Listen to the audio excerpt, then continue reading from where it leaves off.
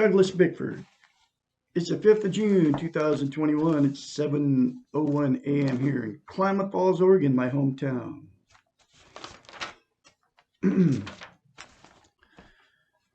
Here's what you need to do, folks. Get connected with the creator of the universe. And you can get this inner void field even if you're an atheist. I just happen to believe a creator. I call him the Great Spirit. But to get that inner void field, you don't even have to believe in God, okay? And here's the simple concept from the book, The Portable Therapist, by a doctor of psychology. She knows what she's talking about, for it's not coming from Douglas Bickford. And it works. You will fill that inner void if you do the one simple concept out of this book. That taught me how to fill that void. And my void has been filled for about 5 or 6 months. Look at yourself in the mirror and say, I love you, and say it over and over and over again. Say it as much as you want. Say it throughout the day and never stop. And here's another very important part of it. Do not tell anybody. Just do it. And don't tell anybody you're doing it. Because people will think what they'll do is they'll say you're nuts, say you're crazy, and then you'll say, oh, this guy on the internet told me to do it. And then they're going to say, oh, he's the devil. That's what you do. And it will fill that inner void. And I believe God lives in us. Well, I know God lives in us. I don't believe it. I know it, okay? Because of that one simple concept, I did it, started doing it. Because of this book, came from a doctor of psychology. She went to school between 8 and 10 years to get her degree. And she became a psychiatrist, a real marriage counselor, okay? Most marriage counselors don't even have degrees, okay? They're social workers. They don't know the brain, okay? So she knows the brain because she has it. Her doctorate is in psychology, okay? The brain is a very complicated thing. And the mirror, they call it mirror therapy. And mirror therapy, there's something about looking at yourself in the mirror. It's a phenomenon that happens when you look at, like I'm looking at myself right now, like I'm in a mirror because I'm looking at myself talk to you. Okay. And you cannot lie in the mirror. Okay. So the very first time you say it, you have to force yourself to do it. I did. Okay. I love Douglas Bickford. I love my inner child. Those are 2 things you can say in the mirror to yourself that will get you on the road to a healthy mind. Okay. So plus it'll connect you with God, okay? It'll connect you with goodness. Goodness and God are the same thing that lives in here. In order to recognize this goodness, this God that lives in you, you have to say that in the mirror to yourself. I love you. And because you cannot love and you cannot be loved without having, it gives you self-esteem, self-love. You cannot have a healthy relationship unless you love yourself first. And they've trained us that, through the TVs, radios, newspapers, all the media outlets, YouTube, Facebook, Instagram, TikTok, all of them have trained us that just to jump right in and try to love somebody without loving yourself. And it doesn't work. I don't know why it is that way, but that's the way it is. So the population is running around trying to have a love relationship with somebody, and they don't love themselves, so it doesn't work.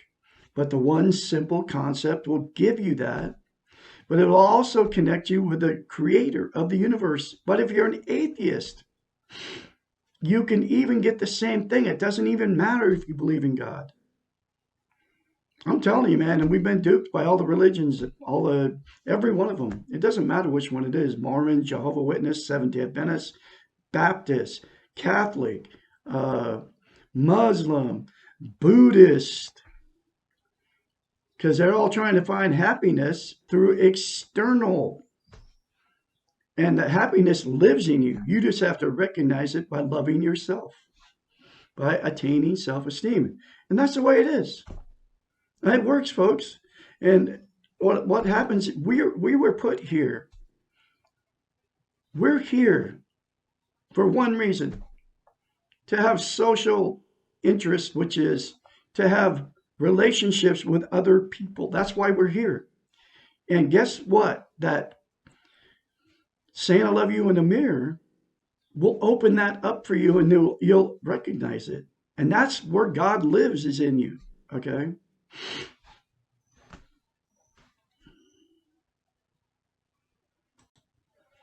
So people mask the pain of not having that inner void filled with they try to make themselves happy, okay, with drugs, alcohol, sex, TV, uh, another person, material possessions. That's why people buy cars, and now they do it with cell phones, right? You get the newest cell phone every time one comes out, especially the iPhone. And then the Samsung always has a new one, right? Samsung 10 or whatever it is, the brand new one. Just like the iPhone, they keep coming out with new ones. And then, so you try to make yourself happy just with a cell phone. I mean, you can try to people try to make themselves happy with religion. It's a big one. And another one's television, okay? And all those are addictions, and they will get you, never make you happy. So you're stuck, okay, trying to make yourself happy by buying stuff, by acquiring more things, okay, to make yourself happy. And the way to do it is the one simple concept I just told you about. And nobody will tell you that concept. So like, share, and sub me, okay? Anyway, I am on YouTube teaching self-esteem, self-love, how to attain it, because I uh, have been married 4 times, and I went into a toxic relationship, my 4th marriage, with no self-esteem, and I didn't even know it. I had no idea I didn't have it. And I lived my whole life without it. And the reason I started off with no self-esteem, because self-esteem, we're not born with it. It has to be taught, okay, as you grow up. Okay? Loving parents nurturing the baby through their, up until, if they, nurturing parents love it and do all the things a loving parent would do for a baby. Well, give the baby self-esteem, okay? And then it'll go from there, if they keep loving. But anyway, so we're not giving it. I started off not with parents that never loved me. They never told me they loved me because they didn't know how to love. And it made it worse because my father sexually abused me, my one brother, and 4 other sisters. I'm the youngest of all of them. Okay. That's how I started life off. It led me to a life of loneliness, misery, till 65. Okay. Till about 6 months ago, when I got the book after I got out of a toxic relationship, November 2nd, 2020, because my wife was going to kill my cat along with her mother. Okay. Anyway, that's a long story, but I ended up at my son's house after I left everything. Took my van, 87 van, and Dodge van, and my 87 Prowler trailer. Hit the road with my 3 cats with nothing left at all in Idaho. Okay.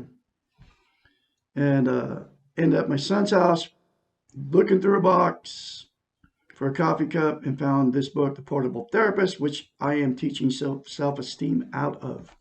But the most important concept in this book is mirror therapy, by looking yourself in the mirror and saying, I love you. Now, this is the next chapter, which is chapter 69. Why can't I fall in love with the right person? And the link to get this book is in the description of every video I put up down there below. Okay. Why can't I fall in love with the right person? Often in our relationships with others, we mirror what is going on in our relationships with ourselves. If we are not secure with ourselves, we will fall in love with those who do not love us. I've done it every time I've got married. We will not be attracted to those who do love us. We are attracted to what we think we deserve. If we think we deserve to be punished, even at the unconscious level, we will find someone who is destructive to us. Whatever we really feel about ourselves will tend to be reflected by our relationships. If we feel positive and good about ourselves, we will have relationships with people who feel good about themselves and about us. If we are negative, our relationships will reflect the negativity. We do indeed reap what we sow. Looking for the right person is a case in futility. There is no one right person except you with yourself. Statistically, there are thousands of people that you're compatible with. The secret to finding them is to be compatible with yourself. Then, and only then, will healthy others appear. Stop having expectations about what the other person will look like and do for you. Instead, focus on what you look like and what you are and what you will do for yourself. Stop looking. Enjoy your own company.